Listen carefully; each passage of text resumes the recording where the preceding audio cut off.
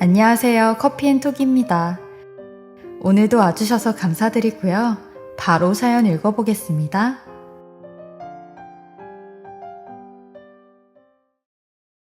안녕하세요. 저는 현재 36살인 이혼녀이고 딸을 혼자 키우고 있어요. 저도 처음부터 이혼하려고 했던 건 아닌데 정말 생각지도 못한 일 때문에 이혼을 하였죠. 어쩌면 이 결혼은 처음부터 많은 고난과 역경이 예상된 결혼이었는지 모르겠네요. 누군들 결혼할 때 이혼부터 생각하며 결혼을 하나요? 저도 어쩌다 보니까 이렇게 되어버린 현실에 참 갑갑하기만 합니다. 그래서 그동안의 모든 것들을 털어내고 다시 시작하는 마음으로 이 사연을 보내봅니다. 저는 우연히 친구의 친구로 술자리에 합석하게 된 그 사람을 보고 한눈에 반했는데요. 서로의 가정 환경이 많이 차이가 났어요. 저는 귀하게 자란 외동딸이었고 남편은 고생이란 고생은 다 한 사람이었는데 저는 힘든 거 없이 자라서 대학 졸업하고 아버지 회사나 들어갈까? 근데 아버지 회사는 재미는 없을 것 같은데 라는 배부른 고민을 하던 갓 24살이었고 남편은 저보다 4살 연상으로 작은 중소기업에 취업해 대리를 달고 있던 때였어요. 얘기를 들어보니 낮에는 회사 일하고 밤에는 대리운전까지 했던 사람이었는데 어떻게 이렇게 살았지? 싶을 정도로 정말 힘든 하루하루를 보냈더라고요. 자기 개인 시간이라고는 없고 오로지 돈만 벌던 그런 사람이었죠. 처음 만난 남편은 술을 마시면서도 자기 신세 한탄이나 자기 사는 이야기는 하지 않았는데 참 고독해 보였어요. 어른들이 남자의 외로움과 고독함에 빠지지 말라고 나쁜 남자에 빠지면 절대로 안 된다고 했는데 그러면서도 그 사람에게 저는 첫눈에 반해버렸습니다. 지금 생각해보면 남편이 그렇게 잘생긴 것도 아닌데 그저 그 사람의 분위기에 그 처연함에 동정심이 가서 제가 무지하게 매달렸던 것 같습니다. 근데 남편은 당연히 자기 가정 형편 때문에 저를 거절했고 무심히 찼어요. 연애 전까지 저한테 무진장 나쁘게 대했거든요.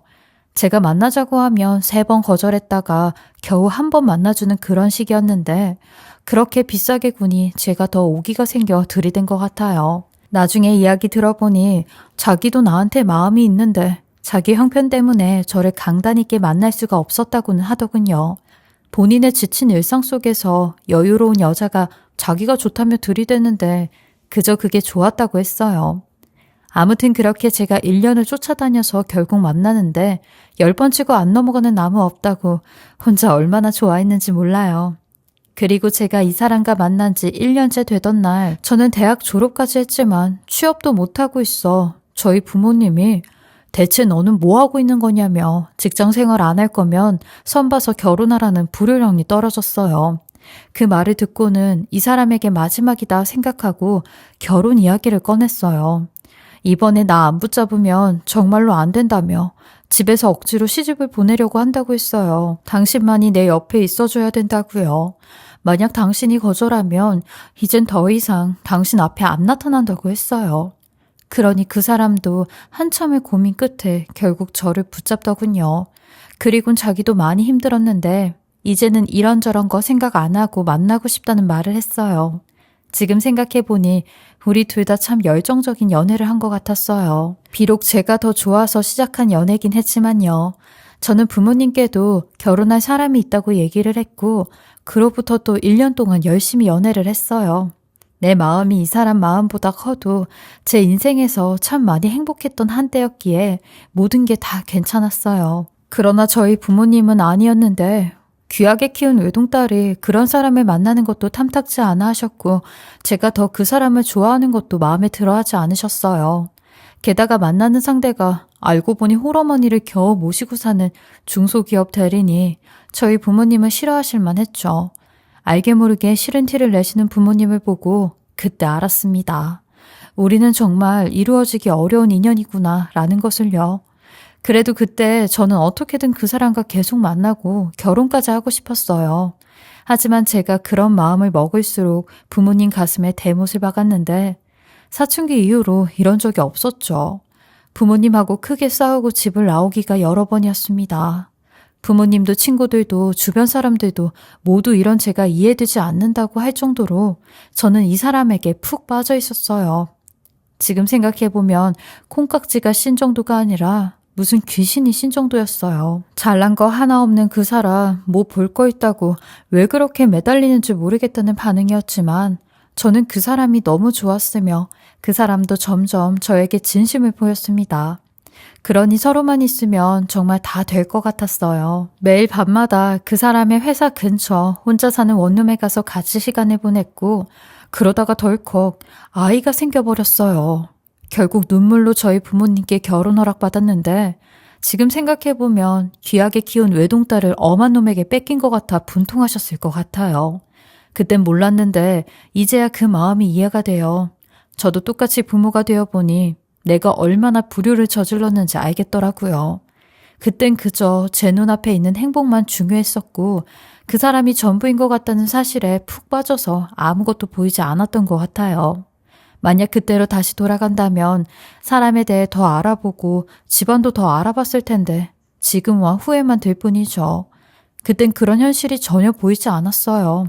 하지만 조금씩 현실을 깨달았던 건 저희 부모님의 도움 없이는 재력 없이는 대한민국 한복판에 집 하나 얻을 수가 없다는 사실을 깨달았을 때였습니다. 아이는 뱃속에서 무럭무럭 자라나는데 그 사람도 집안에 있는 빚 갚느라 모아둔 돈이 없었고 저도 당연히 사회생활 제대로 한 적이 없으니 개인으로 모아둔 돈이 있었을 리 만무했죠. 그동안 부모님이 주셨던 용돈으로 살아왔던 저였기에 더 막막함을 느꼈어요. 그리고 그 후 남편이 될 이 사람은 저희 부모님을 찾아와 지금까지의 경제 상황에 대해 전부 다 이야기를 했고 모은 돈은 전혀 없다고 했어요. 그나마 모았던 돈은 다 홀어머니의 빚으로 갚았다고 죄송하다고 하니 저희 부모님은 한숨만 푹푹 쉬시며 동시에 저만 노려보시더라고요. 그제서야 제 현실이 확 다가왔습니다. 왜 그렇게 부모님이 남편과의 교제와 결혼을 반대했는지, 왜 부모님이 반대하는 결혼은 하면 안 된다는 건지 절실히 깨달았죠. 하지만 이미 너무 멀리 왔다고 생각한 저는 결혼을 없거나 아이를 없앨 수가 없었기에 잘 살 수 있다며 한 번만 지켜봐 달라고 애원을 했습니다. 그리고 다행인지 불행인지 미혼모를 만들기 싫었던 저희 부모님의 결단으로 신혼집을 겨우 얻을 수 있었죠. 이렇게 겨우 한숨 돌려서 지방에 혼자 사시는 시어머니를 뵈러 갔는데 저는 그때부터 제 앞에 펼쳐진 가시밭길을 볼 수 있었어요. 그동안 상견례 날짜를 잡으려고 해도 시어머니는 날짜가 안 좋다, 자기 건강이 안 좋다 이런저런 핑계를 대며 나를 미루셨기에 저는 나름 긴장을 많이 하고 갔어요. 근데 역시나 시어머니는 절 보자마자 제 관상이 사진으로 봤던 것보다 훨씬 더 안 좋다며 널 만나면 내 아들이 불행해질 거라는 무당의 말을 들어서 널 만나기 싫었다는 폭언을 쏟아부으시는 겁니다. 저는 시어머니의 반응에 너무 놀라서 얼어붙었고 민망하게 서 있는데 남편도 당황하며 왜 그러시냐고 말리지만 소용이 없었어요. 시어머니 말로는 제가 관상도 환양 기생관상이고 팔자도 아주 나쁜 팔자라는데 다행히 초년 대운이 좋아 부모를 잘 만나 지금까지 온 것이었다며 너희 둘은 절대로 만나지 말아야 할 인연이라고 무당이 말했다는데 그 말을 듣곤 남편이 언제 내 신상 정보를 시어머니에게 얘기했지 싶었어요. 근데 시어머니 말이 우리 손주가 네 뱃속에서 자라고 있어 겨우 날 잡아 만난 것이라며 애 태어나도 나는 너한테 어떠한 도움도 줄 게 없으니 기대도 하지 말라고 딱 잘라 얘기하시더라고요. 사실 애초에 바라지도 않았지만 절 그렇게 비하하는 것도 모자라 제 뱃속의 애기한테도 관심 없이 대한다고 하니 참 서운했어요. 그렇게 시어머니를 만나고 나와 남편에게 얼마나 따졌는지 몰라요. 당신은 어머님이 저런 반응할 거 알았냐고. 그러니 남편은 태연히 고개를 끄덕이며 원래 엄마 성격이 저런 건데 난들 어떻게 하냐고 했죠. 그리고 결혼을 해서도 이 사람은 저와 시어머니 사이를 제대로 중재하지 못하겠다는 것도 그때 감으로 알게 되었어요. 하지만 그럼에도 불구하고 저는 시어머니에게 굉장히 많이 노력을 했어요. 때마다 빈손으로 가는 법 없었고 배가 불러도 시댁에 가서 제가 도울 수 있는 건 다 도왔죠.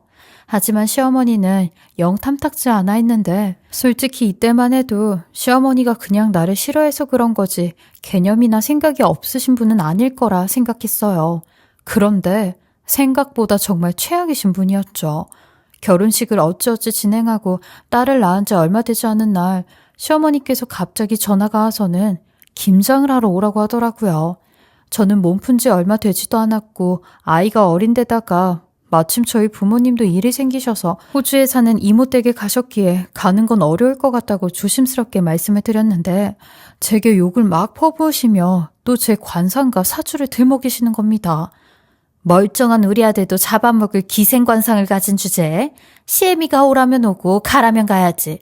그것도 안 하겠다는 거냐며 막무가내로 소리를 치시는데 저는 태어나 그런 소리를 처음 들어봤어요. 세상에 그런 욕이 다 있나 싶을 정도로 제게 욕을 하셨고 그 말이 너무 서러워 그동안 참고 참았던 눈물을 다 쏟아냈네요. 그리고 결국 결혼한 지 몇 년 만에 마치 예견이라도 된 것처럼 순탄치 않은 일이 생겼는데 제일 큰 문제는 돈 문제였어요. 남편 월급은 원래도 많은 편이 아니었지만 점차 더 줄어드는 느낌이 들었고 남편에게 월급에 대해 물었어요. 그러니 남편이 한숨을 푹푹 쉬며 시어머니가 생활비를 요구해 어쩔 수 없이 보태주고 있다고 하는데 어쩜 저랑 한마디 상의도 없이 그럴 수 있냐고 하니 자식이 부모 챙기는 건 당연한 거 아니냐며 아버지가 일찍 돌아가셔서 평생 외롭게 사셨기에 자신이 그 자리를 계속 채워줄 수밖에 없다는 말을 했어요. 안 그래도 식구가 늘어 돈 드는 게 점점 많아지는데 이걸 어찌해야 되나 싶었어요. 제가 돈을 벌어오기엔 아이 키워줄 사람도 없으니 난감하기 그지없었죠. 그러던 중 시어머니가 저한테 터무니없는 얘기를 하기 시작하셨어요. 다짜고짜 연락도 없이 집을 찾아와 제게 대뜸 돈을 요구하시는데 니네 집 부자잖아. 그니까 우리 집에 남은 빚 좀 갚아줘라. 빚이 한 1억 정도 남았는데 니네 아버지 정도면 갚아줄 수 있잖냐? 니네 집에서 1억이면 껌값이지 뭐. 라는 이런 어처구니 없는 말을 하시는 겁니다. 저도 그런 시어머니께 어머님, 1억이 껌값인 집이 어디 있어요. 저 결혼할 때도 친정도움 받아 집 구하고 혼수까지 다 했는데 어머님 양심이라는 게 있으시면 그렇게 말씀하시면 안 되죠. 저는 그거 못 갚아드려요. 그리고 남편이 매달 어머님한테 돈 드리고 있는 것도 저 속에서 열불이 나는데 참고 있는 거예요. 라고 하니 시어머니는 저번처럼 제게 갖은 욕을 퍼부으시며 이러니 내가 너를 반대했었던 거다. 생긴 건 아주 서방질이나 하게 생겨가지고 사주에서도 네가 우리 아들 피를 아주 쪽쪽 빨아먹는다고 하던데 내가 그거 알면서도 우리 아들을 너한테 줬으면 그 대가로 몇십억을 갖다 줘야 되는 거야. 이거 사. 그래도 성에 찰까 말까 할 텐데 이거 아주 순 도둑놈의 심보 아니야? 양심이 있으면 네 알겠습니다 어머님 하고 돈 내놔야 되는 거야. 이거 사. 라며 고래고래 소리를 지르시더라고요. 저도 더 이상은 가만히 있을 수 없어 똑같이 소리를 지르며 그놈의 관상사주 그만 좀 울거먹으세요. 솔직히 저한테 뭐라고 하고 싶은데 할 게 없으니까 관상이랑 사주 얘기 들먹이시면서 저 기죽이려고 하시는 거잖아요. 아니 왜 어머님 아들 사주랑 관상 얘기는 안 하세요? 어머님 아들이야말로 저 만나서 이 정도로 사는 거 아니냐고요. 저 아님 어느 여자가 이런 집에 시집을 오겠어요? 요새 저도 맘 같으면 이혼하고 싶다고요. 어머님 아들 이혼시키고 싶지 않으면 이런 말 좀 그만하세요. 요즘이 어떤 시대인데 며느리라고 가만히 있는 줄 아세요? 라며 거품을 물고 막 대들었어요. 그러니 이에 질세라 시어머니도 눈에 쌍심지를 켜곤 손가락질을 하며 저것 봐. 무당말이 정확하네. 이제서야 본색이 드러나는구만.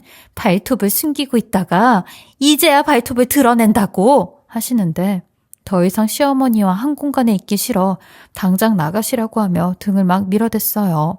시어머니는 며느리가 사람 친다며 들어 누우려고 하시고 저는 저대로 그럼 신고하라고 했죠. 제 평생 누군가와 이렇게 싸워본 적도 처음이었어요. 그리고 그날 저녁에 남편이 본인 엄마에게 낮에 있었던 모든 얘기를 듣고 와선 제게 똑같이 난리를 치는데 역시나 시어머니 거짓말로 없는 소리만 잔뜩 했더라고요. 제가 녹음을 해두었는데 잘했다 싶었어요. 그리고 남편에게도 그거 들려주며 이러고도 당신 엄마 편 들 거냐고 진짜 나랑 이혼이라도 할 테냐고 길길이 뛰었어요. 나는 언제라도 할 수 있으니 말만 하라고 했죠. 도장 찍어준다고요. 사실 아이 때문에 참고 또 참았는데 그땐 저도 이성을 잃어 아이고 뭐고 이딴 남자랑 이딴 시어머니와는 더 이상 살 수 없다 생각을 했어요. 그러니 남편이 그제서야 제게 미안하다며 무릎을 꿇고 비는데 당장 자기 엄마에게 전화를 해서 2번 다시 이딴 소리 하면 자기가 주는 생활비도 끊을 거라고 말을 한다고 하더라고요. 그리곤 제가 보는 앞에서 그 얘기를 하는데 이 소동이 있고 나서 시어머니도 한결 조용해지긴 했어요. 제게 연락도 안 하고 관상 사주 얘기도 안 하고 쥐죽은 듯이 계시는데 이렇게 할 걸 왜 그렇게 힘을 빼며 저랑 기싸움하고 서로 상처를 주는지 이해가 가지 않았죠. 어쩌면 한 번 정도는 이런 과정을 겪어야 한 건가? 라는 생각도 들었고요. 그리고 늘 친정 갈 때마다 저희 부모님에게도 눈치 아닌 눈치가 늘 보였는데 이제는 그런 것도 없어졌죠. 저희 엄마 또한 이제야 사는 게 좀 안정돼 보인다며 좋아하셨는데 문제는 엄마 얼굴이 너무 안 좋아 보이셨어요. 얼굴에 그늘이 가득하셨는데 뭔가 제게 말 못하는 문제가 있는 듯 했죠. 저는 엄마에게 이리저리 돌려서 물어봤고 엄마에게 듣게 된 말은 너무나 충격적이었어요. 저희 아버지가 요즘 좀 수상하다고 하는데 여자가 생긴 것 같다며 평생 안 하던 행동을 한다는 겁니다. 한 번은 아버지가 새벽에 늦게 들어온다고 엄마 보고 먼저 자라고 하셨대요. 근데 엄마가 늦게까지 잠이 안 와 아버지를 기다리고 있는데 글쎄 아버지가 그 야밤에 어딜 갔다 오셨는지 샤워까지 싹 하고 향수까지 싹 뿌리고 들어오셨다는 겁니다. 그리고 그 외로도 찝찝한 것들이 몇 개 있었다는데 오늘도 아버지가 늦게 들어온다고 했다며 엄마가 저보고 혜인이는 엄마가 보고 있을 테니까 오늘 네가 좀 네 아버지 미행 한번 해보면 안 되겠니? 라고 하시더라고요.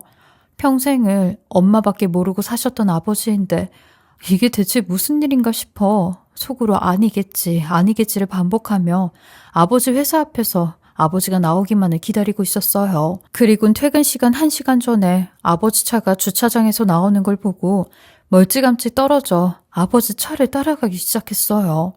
남편도 아닌 아버지의 불륜 현장을 잡으려니 그 심정은 말로 설명할 수가 없더군요.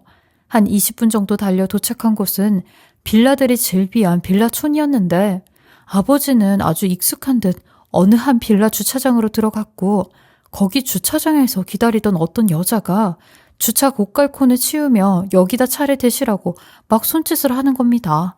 아주 익숙해 보이는 모습이었고 저는 어떻게든 그 여자의 얼굴을 보려고 고개를 숙인 채 들여다보았는데 하필이면 골목으로 지나다니는 차 때문에 그 여자의 얼굴을 볼 수 없었고 주차를 마치고 들어가 버린 아버지와 의문의 그 여자를 그만 놓치게 되었어요. 그래서 저는 하는 수 없이 대충 주차를 하고 그 빌라로 들어가 혹시 아는 이름이 있을까 싶어 우편함을 뒤적거려 봤는데 유난히 어느 집 우편물이 잔뜩 쌓여 있더라고요. 그래서 저도 모르게 그 집 우편물을 보게 되었는데 그 우편에 있던 이름을 확인하는 순간 저는 제 눈을 의심하고 말았습니다. 그건 바로 박난희, 저희 시어머니와 같은 이름이었죠. 우연이라고 치기엔 너무 말이 안 되는 상황이었고 이게 실제 상황이라면 빨리 제 눈으로 확인을 해봐야겠다 싶어 우편물에 써준 호수로가 그 집 문 앞에 섰어요.